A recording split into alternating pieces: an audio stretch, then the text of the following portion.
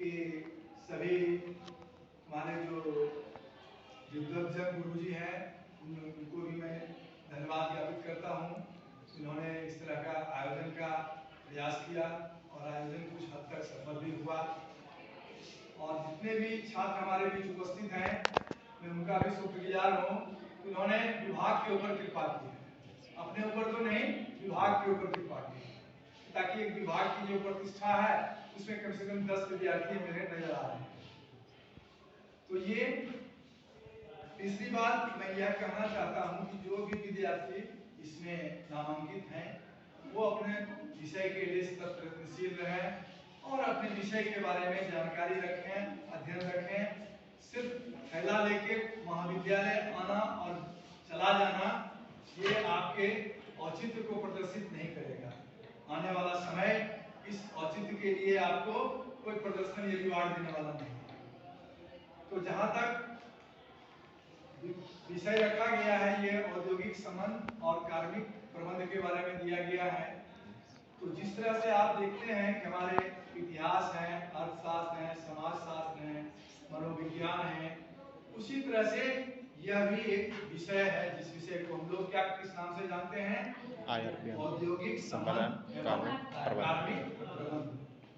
तो ये औद्योगिक संबंध और कार्मिक प्रबंध यह दो शब्द है और दोनों शब्द आप कह सकते हैं जिस तरह से मानव के शरीर में हार्ट में बल्ब होता है, वो बल्ब चलते रहता है तभी हार्ट चलता है। तो उसी तरह से दोनों औद्योगिक संबंध और कार्मिक प्रबंध काम करते हैं। किसी भी औद्योगिक विकास के लिए, गति प्रदान के लिए या शांति प्रदान करने के लिए औद्योगिक क्षेत्र में ये दोनों ही चीज की आवश्यकता होती है। तो इस विषय में सबसे पहले यह जानिए कि ये विषय जो आप हमारे बीच उपस्थित हैं, यह विषय इंटर में था, बहुत पूर्व में था, जो कि बीच में समाप्त हो गया और डिग्री में सिर्फ बहुत हम समझते हैं कि बाद में लागू हुआ है। यह विषय जैसा कि हम कह रहे हैं ये पीजी में ही इस विषय की पढ़ाई होती थी और विषय का पूरा नाम पहले LSW था, जो कि पुराना या पूरा नाम कह सकते हैं। LSW को पूरा फॉर्म में आप पढ़ेंगे तो लेबर एंड सोशल वेलफेयर। तो उस समय हमारे यहाँ विश्वविद्यालय की स्थापना नहीं हुई थी और ये 1959 से पीजी डिपार्टमेंट ये रन कर रहा है भागलपुर यूनिवर्सिटी में, जो कि बिहार यूनिवर्सिटी के अंतर्गत उस समय काउंट होता था। और 1998 ईस्वी में इस विषय का नाम परिवर्तित होकर के IRPM के नाम से रखा गया है, जो कि भागलपुर यूनिवर्सिटी में है। तो जैसे सर तुम्हारे बीच में आए हुए हैं, ये पटना यूनिवर्सिटी से हैं, तो वहाँ उस विषय का नाम PMIR रखा गया है। तो ये विषय के संदर्भ में आप हमारे जो इसके फादर हैं जिन्होंने कि इस जगत को उत्पत्ति की है IRPM की, तो उसमें आप नाम ले सकते हैं PR सिन्हा का नाम से पहले आप ले सकते हैं, क्या नाम है शर्मा जी का हो पटना वाले, GP सिन्हा का नाम ले सकते हैं, BP वर्मा का नाम ले सकते हैं, PR सिन्हा साहब का नाम ले सकते हैं, BN सिंह का नाम ले सकते हैं और B चौधरी जो कि चले गए मुजफ्फरपुर पहले थे, उन सारे लोगों का नाम ले सकते हैं जिन्होंने कि इस विषय पर अपने बहुमूल्य समय दिए और विषय को आगे बढ़ाने का प्रयास किया। तो उसी कड़ी में यह विषय स्नातकोत्तर में चलता था। धीरे धीरे इस विषय का जब इंटर काउंसिल का निर्माण हुआ तो इंटर काउंसिल में इस विषय को रखा गया, लेकिन यह इंटर काउंसिल से भी कुछ दिनों के बाद हटने के बाद मर्ज करके किसमें चला आया है, तो यह आपका सोशियोलॉजी के साथ जोड़ दिया गया है, इसलिए IRPM को हटा दिया गया है। तो इस प्रस्तुति में धीरे धीरे जब विषय से संबंधित बातें होती थी तो इसका अलग ही एक अलग रुतबा था। IRPM PG से करने के बाद कोई देखिएगा कहीं पर पर्सनल ऑफिसर है, कोई पर्सनल मैनेजर है, कोई सेक्रेटरी है, कॉलेज क्या कहते हैं इंस्ट्रक्टर है, कोई देखिएगा कहीं पर DVC में है। तो इस तरह की नौकरी प्राय सब लोगों को मिल जाती थी और उस समय कंपटीशन का युग उतना टफ नहीं था, यह कंपटीशन नाम मात्र था। लेकिन वर्तमान समय में किसी भी क्षेत्र में आप चले जाइएगा बगैर कंपटीशन का कहीं भी नौकरी नहीं मिल सकती है। तो इसी कड़ी में नाम को संशोधित किया गया कि ताकि इसके बारे में समझ सके लोग कि IRPM industrial relation and personal management है, तो उस मैनेजमेंट से संबंधित बातों पर उसका ध्यान आकर्षित होगा। और जैसा कि आप देखते हैं कोई भी औद्योगिक विकास के क्रम में 4 चीज का होना आवश्यक है। मनुष्य का होना जरूरी है, और किसका जरूरी है बोलिए? Labour, money, land. नहीं, वो तो 5 तत्व में आप बोल रहे हैं जी सर। और कुछ बोलिए।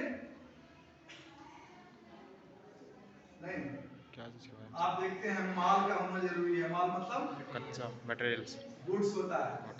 मनुष्य का होना जरूरी है, मानव का होना जरूरी है, और मशीन्स का भी होना जरूरी है। समझ रहे हैं ना? तो ये सारे चीज जिस किसी भी क्षेत्र में लगाए जाते हैं वहां पर ही उत्पादन की प्रक्रिया होती है। तो कोई भी औद्योगिक क्षेत्र में, उद्योग में या कल कारखाने में इनका बहुत ही महत्वपूर्ण योगदान रहता है। ऐसे तो जैसा कि हम बार बार कहते हैं कि मानव जीवन में श्रम का ही बहुत बड़ा योगदान है। बगैर श्रम का आप देखते हैं कोई भी काम नहीं कर सकते हैं। अगर घर में आप कोई काम नहीं करेंगे तो हो सकता है आपको खाना भी नहीं मिले, है ना?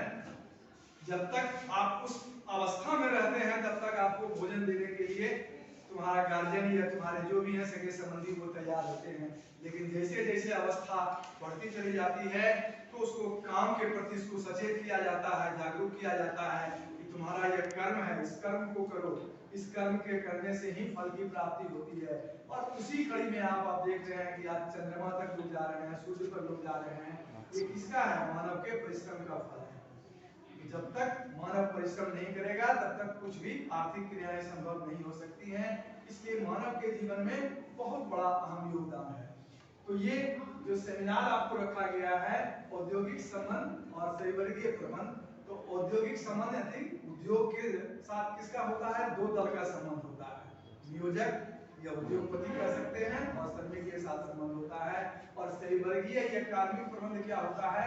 इसमें से सेवा के किसी क्षेत्र में, इंप्लॉयड सम पब्लिक सर्विसेज, किसी भी सेवा क्षेत्र में आप काम करते हैं तो यह एक आर्ट और साइंस दोनों है।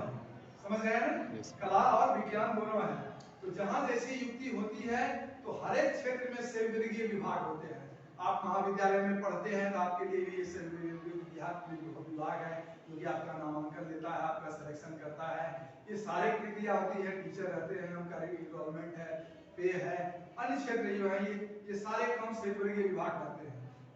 जैसा कि आपने श्रम के 4 प्रकार में देखे होंगे, व्हाइट कॉलर और ब्लू कॉलर। तो ब्लू कॉलर में क्या होता है? एक ही पोशाक होता है, वो मशीन पे काम करते हैं। और व्हाइट कॉलर यानी कि कॉलर से प्रभाषित होता है, तो वो क्या करते हैं?